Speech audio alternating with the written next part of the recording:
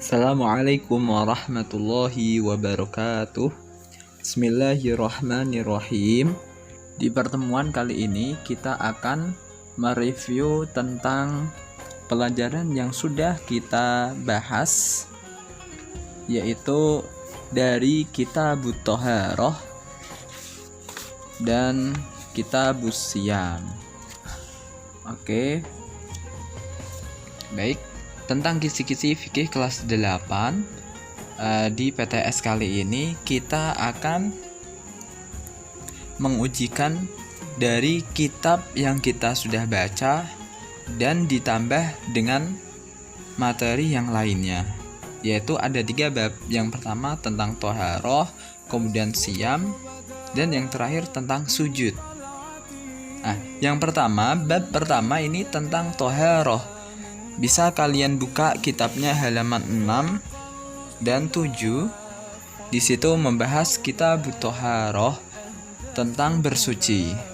Nah, di bab pertama ini kita akan membahas yang pertama pengertian Thaharah. Pengertian Thaharah itu apa? Pengertian Thaharah secara bahasa, secara istilah itu apa? Nah, kalau dulu sudah saya bahas, Thaharah secara bahasa yaitu nadhifah atau nadhafah. Nah, nadhafah di sini berarti bersih. Nah, ketika dalam pengertian istilah, Thaharah adalah bersuci dari hadas maupun dari najis. Itu namanya Thaharah. Kemudian yang kedua, air suci dan mensucikan. Nah, baik, ketika dalam Thaharah kita bersuci, kita membutuhkan perangkat untuk bersuci, yaitu apa? Air. Nah, dengan di sini kalian harus menguasai tentang pembagiannya. Pembagian air yang bisa digunakan untuk bersuci itu berapa saja dan macamnya apa aja. Kemudian pembagian air itu berapa aja dan macamnya apa aja. Dan kalian juga harus bisa menjelaskan istilah-istilah yang terdapat dalam kitab, seperti thahir mutahhir maksudnya apa, thahir ghairu mutahhir maksudnya apa, alma al mustamal itu maksudnya apa. Nah, semua itu kalian harus mengerti. Baik, bisa kita lanjutkan. Ketiga, syarat dan rukun bersuci atau wudhu. Nah, berhubung kita di sini bersucinya itu baru pembahasan wudhu, makanya kita membahas tentang wudhu saja. Syarat dan rukun. Nah, rukun wudhu. Ini lebih ke rukun wudhu saja, yaitu furudul wudhu. Pada halaman 6 itu faslun furudul wudu'i. Nah, di situ kan ada furudul wudu. Furudul wudu itu berarti rukun wudu. Rukun wudu yang jumlahnya ada 6 itu kalian harus bisa menguasai. 6 itu apa? Niat, membasuh muka, membasuh 2 tangan, mengusap sebagian kepala, dan membasuh 2 kaki serta tertib. 6. Nah, di sini otomatis kalian harus tahu tentang istilah-istilah dan maksudnya. Contohnya, bisa membedakan antara rukun wudhu dan kesunahan wudhu. Semisal, mengusap telinga itu bukan rukun, mengusap sebagian kepala ini rukun. Paham? Nah, kemudian semisal ada istilah istinsyak itu apa artinya. Kemudian tahlilul lihyah itu apa maksudnya. Nah, seperti itu. Kemudian yang dimaksud dengan mualah, yang dimaksud dengan matmadoh, semua itu kalian harus bisa. Maka dari itu makna kalian yang belum dilengkapin atau yang belum merangkum harus kalian rangkum. Dan untuk apa?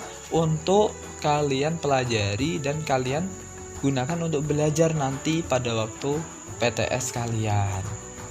Baik, itu adalah berkaitan dengan fardu wudhu atau rukun wudhu. Nah, berarti kalian harus bisa menentukan mana yang rukun, mana yang sunnah. Kemudian juga kalian harus memahami atau menjelaskan tentang istilah-istilah yang berada di dalam fasal wa furudul wudu'i. Oke. Kemudian lanjut ke nomor keempat, cara mensucikan kulit bangkai. Nah, kita sudah tahu bahwasanya bangkai itu hukumnya najis. Seperti itu kan? Bangkai hukumnya najis. Namun kulitnya itu bisa digunakan. Kulitnya bisa dimanfaatkan. Oleh karena itu, ketika orang itu membutuhkan kulitnya untuk apa? Untuk semisal untuk jaket, untuk bahan-bahan yang lainnya, maka dari itu Allah Subhanahu wa taala membolehkan untuk mengambil kulit bangkai kemudian dengan cara disamak. Nah, caranya itu bagaimana? Cara menyamak bangkai, kulit bangkai. Nah, kemudian alatnya apa aja? Alat yang digunakan untuk menyamak. Nah, itu berarti apa? Kalian harus mengerti. Apakah cukup menggunakan air? Apakah cuma digosok saja? Atau bagaimana? Nah, kalau kemarin kan di video yang pembelajaran Ustadz, sudah saya kasih tahu bahwasanya peralatannya itu ada yang dari kotoran merpati, dari sesuatu yang menyengat rasanya. Habis itu nanti digosok-gosok, kemudian apa? Disiram dengan air biar suci. Seperti itu. Kemudian ke soal kelima, bukan soal ya, ke kisi-kisi yang kelima, hewan yang najis. Nah, ini juga berkaitan dengan tadi fasan wajuludul maitah. Masih berkaitan dengan kulit bangkai. Nah, ketika kulit bangkai itu bisa disucikan, di situ ada pengecualian, yaitu ada bangkai yang mana kulitnya tidak bisa disucikan. Ketika apa? Ketika hewan tersebut masih hidupnya saja najis. Yaitu apa? Ya, seperti anjing, seperti babi, dan keturunannya itu. Otomatis ketika nanti meninggal, ketika nanti mati dan menjadi bangkai, kulitnya juga tetap najis, tidak bisa disucikan. Maka dari itu, ketika hewan biasa, ketika mati kan bangkai, namun sewaktu hidupnya itu kan suci kan, seperti macan, seperti kucing, itu kan suci semasa hidupnya. Nah, ketika meninggal, kulitnya itu bisa diambil dan bisa kita manfaatkan. Nah, seperti itu. Oke, baik, ini yang tentang bab pertama kita sudah selesai. Kita lanjut ke bab yang kedua, yaitu tentang puasa. Nah, tentang puasa di sini, ketika kalian lihat dalam kitab kalian, itu langsung ke halaman berikutnya, yaitu langsung loncat, yaitu halaman 23 di dalam kitab kalian. Nah, di situ sudah saya jelaskan tentang kisi-kisi di sini, yaitu satu, poin pertama, pengertian siam. Pengertian siam itu apa? Mungkin di dalam kitabnya itu tidak dijelaskan. Namun sudah saya jelaskan di video pembelajaran. Siam itu apa? Siam itu secara bahasa menahan, tertahan, menahan. Nah, itu namanya siam. Secara istilah bagaimana Ustadz? Secara istilah menahan dari sesuatu yang kita makan, sesuatu yang kita minum, menahan dari berhubungan intim, menahan untuk tidak menyengaja muntah, itu namanya puasa. Nah, bisa dimengerti ya. Kemudian poin yang kedua tentang syarat dan rukun puasa. Syaratnya itu apa? Syarat-syarat puasa Islam, kemudian balik, kemudian berakal. Nah, itu namanya syarat. Nah, kemudian rukun. Kalau rukun itu apa Ustadz? Kok di kitabnya itu nggak ada rukun? Rukun itu tentang faraidus saum. Faraidus saum itu berarti rukun. Rukun puasa. Nah, ada berapa? Yang kalian perlu ingat di sini itu jumlahnya, atau kalian bisa menentukan semuanya. Paham? Jumlahnya berapa? Sebutkan itu apa? Apa semuanya itu?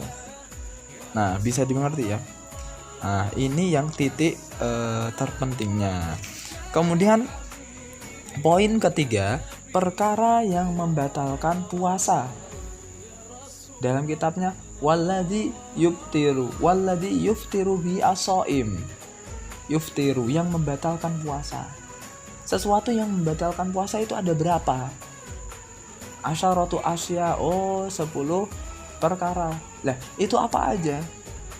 Nah, kalian otomatis harus menghafalkan semua yang membatalkan puasa, dan kalian harus teliti. Artinya ketika sesuatu hal yang tidak termasuk 10 ini otomatis terkategorikan tidak membatalkan puasa. Nah, itu tentang puasa. Kemudian poin selanjutnya tentang i'tikaf. Nah, pembahasan i'tikaf di sini itu pada pasal terakhir tentang al-i'tikafus sunnah halaman 24. Nah, itu i'tikaf bagaimana? I'tikaf itu dilakukan di mana? Nah, 1. Kemudian rukun i'tikaf atau syarat i'tikaf itu apa? 2. Nah, kemudian perkara yang membatalkan i'tikaf itu apa? 3. Nah, semua itu kalian harus tahu. Semua itu berarti kalian harus mengerti. Kemudian poin yang kelima, waktu yang diharamkan puasa. Nah, di sini waktu yang diharamkan puasa itu apa? Puasa yang hukumnya haram untuk dijalankan pada hari itu. Itu apa aja? Harinya itu apa aja? Nah, kemudian juga yang kalian perhatikan tentang puasa itu ada yang ketika ditinggalkan itu ada yang dikodok saja, ada yang dikodok dan membayar kafaroh, ada yang membayar kafaroh saja. Kafaroh itu apa? Kafaroh itu tebusan, menebus. Nah, itu kalian juga harus tahu di sini. Juga apa? Harus tahu tentang puasa ketika ditinggalkan itu kan biasanya cuma mengkodok saja. Seperti ada orang membatalkan puasa atau orang sengaja nggak puasa, itu harus wajib mengkodok nanti pada waktu setelah Ramadan, di bulan selain Ramadan. Nah, kemudian ada seperti orang hamil, orang menyusui, itu nanti ya puasa ya kafaroh, seperti itu. Kemudian ada yang kafarohnya berat, contohnya seperti orang melakukan hubungan suami istri di siang Ramadan dan dia membatalkan puasanya dengan hubungan itu. Nah, itu berarti nanti kafarohnya berat. Seperti yang sudah saya jelaskan, kafarohnya apa? Yaitu memerdekakan budak perempuan muslim. Ketika tidak mampu, otomatis berpuasa 6 bulan berturut-turut atau 60 hari. Ketika tidak mampu, harus memberi makan memberi makan satu harinya itu berapa? Satu harinya itu 1 mud atau 6 on dan lain sebagainya tentang orang yang meninggalkan puasa. Kalian nanti diulangi kembali. Kemudian ini yang ketiga yang penting kalian harus tahu tentang sujud tilawah dan sujud syukur. Mungkin ini pelajaran kita di sini. Saya akan menjelaskan sedikit tentang sujud tilawah dan sujud syukur. Sujud tilawah itu apa? Yaitu ketika ada seseorang membaca Al-Quran ketika dia sudah tepat berada ayat as-sajadah di berbagai surat dalam Al-Quran, itu ada namanya ayat as-sajadah, biasanya ada tanda. Nah, ketika di situ dia habis membaca membaca ayat itu sampai akhir ayatnya, dia disunahkan untuk sujud. Nah, ini namanya sujud tilawah, yaitu sujud yang dilakukan setelah dia membaca ayat as-sajadah. Seperti contoh ayat innama yu'minu bi ayatina alladzina idza dzukiru biha kharru sujada wa sabbahu bihamdi rabbihim wa hum la yastakbirun. Nah, ketika ada orang yang membaca atau mendengar ayat seperti ini, yaitu ayat as-sajadah, otomatis dia disunahkan untuk sujud tilawah. Ini namanya sujud tilawah. Kemudian kalau sujud syukur adalah ketika orang tersebut bersujud setelah mendapatkan kegembiraan. Baik kegembiraan ini berupa berita yang baik, berita yang membuat dirinya senang, atau terhindar dari malapetaka. Itu namanya sujud syukur. Artinya apa? Dia mensyukuri atas kenikmatan yang dia peroleh, atau dia mensyukuri gara-gara terhindar dari bencana, malapetaka, dan sejenisnya. Ini namanya sujud syukur. Nah, seperti itu.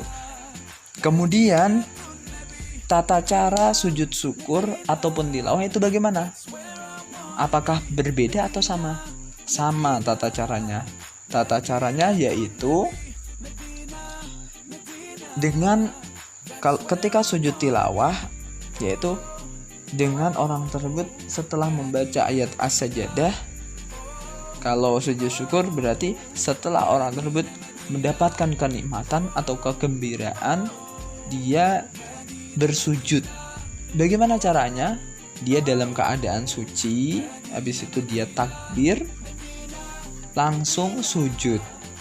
Baik dia posisinya dalam keadaan berdiri ataupun duduk, dia langsung takbir, sujud sekali saja, habis itu duduk langsung salam. Assalamualaikum warahmatullahi wabarakatuh. Assalamualaikum warahmatullahi. Lantas yang dibaca apa Ustaz? Yang dibaca adalah sajada wajhiya lilladzi khalaqahu wa sawwarahu wa syaqqa sam'ahu wa basarahu bihaulihi wa quwwatihi fatabarakallahu ahsanul khaliqin. Nah, ini bacaan daripada sujud tilawah maupun sujud syukur. Baik, ketika sudah membaca seperti itu dalam keadaan sujud, habis itu dia salam. Assalamualaikum warahmatullahi wabarakatuh. Assalamualaikum warahmatullahi. Nah, yang perlu kalian perhatikan di sini yaitu tentang bagaimana sujud syukur itu, bacaannya itu apa, tata caranya bagaimana, dan yang terlebih pada saat apa sih orang itu melakukan sujud syukur ataupun sujud tilawah. Nah, ini adalah poin daripada sujud syukur dan tilawah. Oke, di sini kita sudah selesai membahas bab pertama, kedua, ketiga, toharoh, siyam, dan sujud syukur. Masing-masing ketika dipukul rata itu ada yang 2 soal setiap satu, ada yang 2 soal setiap poin dan 3. Nah, itu rata-rata segitu. Silahkan nanti kalian pelajari lagi kitabnya dan semoga sukses mendapatkan nilai yang baik. Sekian dari saya. Jazakumullah khairan. Assalamualaikum warahmatullahi wabarakatuh.